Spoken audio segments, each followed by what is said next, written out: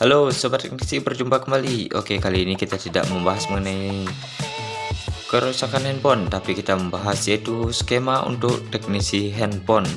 Jadi, skema apa yang akan kita bahas kali ini? Inilah dia, hashtag skematik.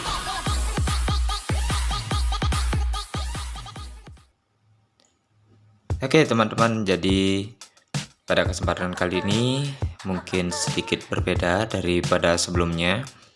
Kali ini saya membahas mengenai hashtag skematik, yaitu salah satu skema yang sungguh fenomenal, luar biasa. Tentunya untuk teknisi pemula ini akan sangat berguna dengan adanya update setiap hari. Seperti ini, ada berbagai macam merek handphone yang diupdate.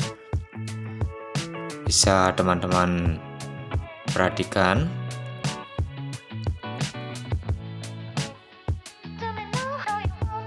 Untuk update-nya itu setiap hari ya, jadi tidak lama-lama. Jadi tentu saja dengan update setiap hari seperti ini, tentu saja kita sebagai salah satu pengguna tidak akan merasa dirugikan dan malah kita diuntungkan ya dengan update-nya. Oke, kita pertama bahas untuk smartphone guidelines-nya. Ini banyak sekali tipenya ya. Jadi teman-teman pasti sudah mengenal dari semua merek ini, walaupun pada saat kita mengerjakan servis handphone tidak semuanya atau sering kita jumpai merek-merek ini. Oke, jadi ini contohnya untuk F3 Plus, kita pilih LCD, kemudian kita cek. Wow, luar biasa ya, untuk gambarnya ini sangat jernih sekali, dan di bagian bawah ini ada banyak pilihan warna. Warna tersebut mewakili masing-masing keterangan dari jalur pada handphone ini. Baik, kenapa saya bilang ini luar biasa? Kalau dari PCB HP-nya itu seperti aslinya dan sangat bening sekali. Itulah kenapa untuk hashtag skematik ini memiliki julukan yaitu si bening gitu ya. Oke, kita coba cek untuk tipe yang lainnya. Ini sungguh memanjakan mata ya kalau skemanya seperti ini. Untuk electrical colornya luar biasa. Kita bisa lihat ini warnanya berbeda-beda sesuai dengan keterangan jalurnya masing-masing. Jadi kita bisa tracking jalur dengan mudah pada saat kita mengalami kendala, khususnya ini contohnya S1 Pro untuk bagian sinyal. Jadi kita telusuri saja, kita ukur satu persatu permasalahannya ada di mana dengan menggunakan petunjuk dari guidelines-nya ini. Kita tentunya sangat dipermudah tanpa perlu mengira-ngira lagi. Oke, untuk S1 Pro selanjutnya yang saya gunakan di sini sebagai contoh, misalkan pada charger data Fibas in ya. Oke, Fibas in yang mana? Oke, yang ini ya. Kita telusuri jalurnya kemana saja. Dia ternyata masuk ke kapasitor, kemudian masuk ke sebuah IC. Nah, IC itu IC apa? Kita tentunya harus cek juga pada skema. Kemudian selanjutnya pada baterai temperatur. Pada baterai temperatur kita cek yang warna hijau ini kemana dia mengarah. jalurnya kemana? Baik, dia masuk melewati resistor dan kemudian masuk ke IC yang sama seperti network yang tadi. Kemudian untuk audio circuit itu jalurnya apa saja gitu ya. Ini khusus untuk S1 Pro saja, belum yang lainnya ya. Ini hanya contoh saja buat teman-teman yang nantinya aktivasi STEC skematik ini. Oke, untuk keterangannya di sini dua warna, yaitu speaker out P dan speaker out yang satunya itu mengarah ke IC juga. Baik, itu untuk smartphone guidelines-nya. Tentu saja banyak pilihan, teman-teman nanti bisa buka-buka kembali. Selanjutnya skematik dan datasheet-nya ini juga banyak pilihan merek-merek handphone yang sering kita jumpai. Untuk Samsung contohnya di seri A, banyak sekali seri A nya. Kita buka salah satunya, yaitu A10. Untuk skematiknya seperti apa, kita buka satu persatu ya. Pertama tadi guidelines, kemudian selanjutnya kita buka skematik. Untuk skematiknya ini ada beberapa halaman, jadi dari semua halaman ini mencangkup beberapa komponen. Di antaranya di sini kita bisa lihat untuk PMI, kemudian audio.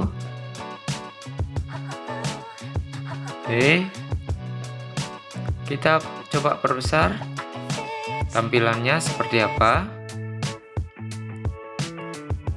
Baik, jadi teman-teman kalau cek kerusakan handphone, skematik itu sangat penting ya. Skema itu seperti peta. Gampangnya kita kalau zaman dulu kita pakainya peta ya. Kita untuk menuju ke suatu tempat, kita mengetahui posisinya itu seperti itu ya. Cuma di zaman modern ini kita menggunakan skema itu sampai ke servis elektronik.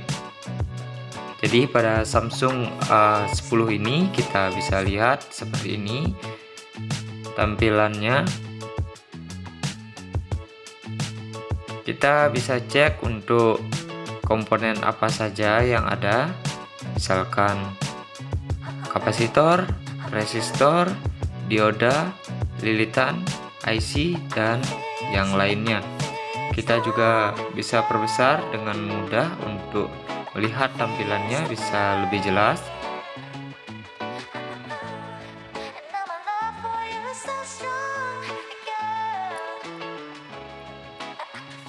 Jadi responnya juga bagus ya. Itu juga tergantung dari internet teman-teman di masing-masing tempat ya. Kalau saya di sini menggunakan WiFi. Oke, kita coba buka untuk Lenovo ya, A1000. Tampilannya seperti ini. Baik, jika internet kalian ngadat ya, jika internet kalian tidak lancar, ini contohnya ya, dia tidak akan terbuka semuanya. Jadi pastikan untuk WiFi atau internet yang kalian gunakan itu dalam keadaan stabil.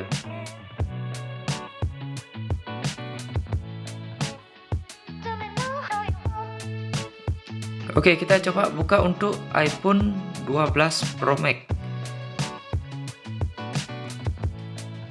Untuk logic boardnya itu seperti apa? Kalau saya sendiri belum pernah ya berhadapan langsung dengan iPhone 12 Pro Max, karena di sini kami hanya mengerjakan Android saja. Oke, di sini kita bisa lihat untuk semua komponennya, baik itu kapasitor, resistor, lilitan, semuanya sudah tertera dengan rapi. sesuai dengan posisinya masing-masing. Baik, kita lanjut ke PCB bitmap. Untuk PCB bitmap ini yang membantu kita untuk tracking jalur bila mana pada salah satu komponen itu bermasalah. Kita bisa cek pada komponen yang sejalur. Oke, sudah terbuka salah satunya di sini Oppo A37 Qualcomm. Walaupun HP-nya jadul, tapi masih banyak penggunanya ya. Baik, di sini tampilannya kita bisa lihat dengan beberapa warna. Oke, jadi teman-teman bisa perhatikan ya. Keterangan untuk bitmap pada umumnya itu untuk warna merah itu yang ada nilainya, dioda value-nya. Kemudian untuk yang warna abu-abu itu untuk ground, dan untuk yang warna biru itu NC atau not connected atau tidak terhubung. Jadi kalau misalkan jalurnya yang NC atau yang warna biru ini copot atau terkelupas itu tidak masalah, asalkan jangan sampai yang warna merah. Baik, di sini kita bisa telusuri ya. Untuk warna hijau, ketika kita pilih salah satu jalur seperti ini, yang warna hijau artinya itu satu jalur. Kita pilih seperti ini, itu kita bisa cek jalurnya kemana saja atau terhubung dengan komponen apa saja. Kita bisa lihat langsung ya. Nah, di sini contohnya dia terhubung ke resistor ketika kita pilih atau pencet pada lilitannya atau koilnya.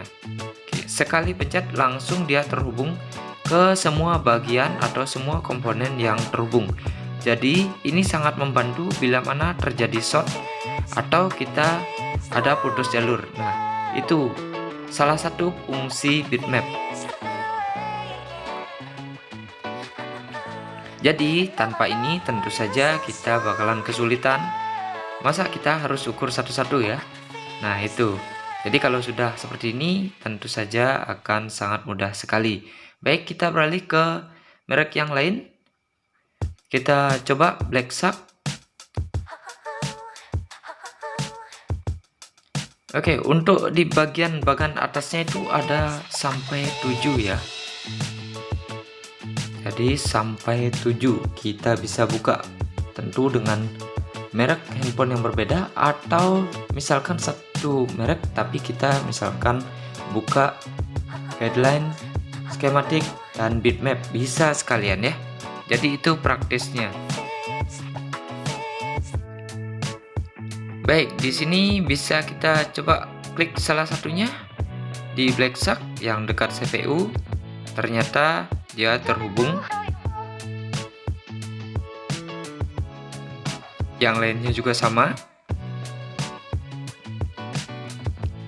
Jadi kalau menurut saya ini mudah sekali untuk digunakan ketika kita cek jalur. Nah, kalau di HP yang tadi kita cek untuk Oppo A37, kita klik sekali itu muncul pada satu sisi saja, tapi ternyata pada Black Shark ini kita klik, ternyata dia pada bagian yang lain itu muncul juga, artinya semuanya terhubung. Baik, jadi itu ya. Sekarang kita lanjut ke PCB multilayer. Oke, apa itu PCB multilayer? Jadi PCB multilayer itu kita sederhanakan saja. Contohnya di sini kita pada Vivo Y30. Nah, ini kasus yang mungkin agak jarang kita temui untuk teknisi pemula. Untuk layer atau bagian lapisan handphone, nah itu ya, lapisan PCB handphone itu ada 8 pada umumnya. Jadi 1 sampai 4 itu di bagian atas dan 5 sampai 8 itu pada bagian bawah. Biasanya seperti itu ya. Jadi ketika kita pilih pada lapisan pertama itu disertai dengan jalur seperti ini ya. Jadi seperti cetak biru, dia ada urat-uratnya seperti itu ya. Kalau kita pilih misalkan untuk lapisan kedua, jalurnya itu warnanya berbeda lagi. Yang ketiga juga sama, dan yang keempat juga bakalan berbeda. Jadi masing-masing itu ada jalurnya. Baik, bagaimana kalau kita cek pada sisi baliknya? Kita pilih nomor 5, maka dia akan terlihat jalurnya dengan sangat jelas.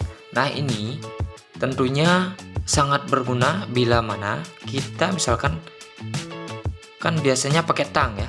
Kita lepas kaleng dan akhirnya PCB itu kan terkelupas. Coba dah, misalkan teman-teman ada salah ngelupas dan akhirnya kena jalur. Nah, ini fungsinya ya untuk PCB multi layer. Oke, jadi kita sudah bahas tadi semuanya dengan lengkap. Nah, sekarang mungkin ada dari teman-teman yang bertanya ya. Jadi skematik sebagus ini, sebening ini harganya berapa sih? Pasti mahal gitu ya anggapan teman-teman. Tidak jarang ada yang beranggapan lebih dari itu gitu ya. Jadi untuk harganya itu berapa? Jadi harganya sekian ya. Hanya 29.000 per bulan ya. Jadi ini harganya 29.000 per bulan. Rokok kalian aja habis ya, lebih dari 29.000 itu per hari. Ini dia sebulan. Jadi masa aktifnya itu akan kelihatan pada saat awal kita buka skemanya. Baik, selanjutnya untuk 6 bulannya itu 150.000. Hanya 150.000 saja ya. Itu lumayan harganya terjangkau dan menghemat kantong kalian tentunya. Tentu saja bisa sekali cetak nota langsung beres. Dan untuk setahunnya itu 250.000 saja. Bila kasus yang kalian temui itu lebih ribet, tentu saja untuk setahun hanya sekali balik modal. Baik, untuk yang lainnya saya sudah sertakan di deskripsi. Silakan hubungi kontak WA langsung ke adminnya. Sekian dulu video kali ini, semoga bermanfaat untuk teknisi pemula. Salam, terima kasih, sampai jumpa pada video berikutnya.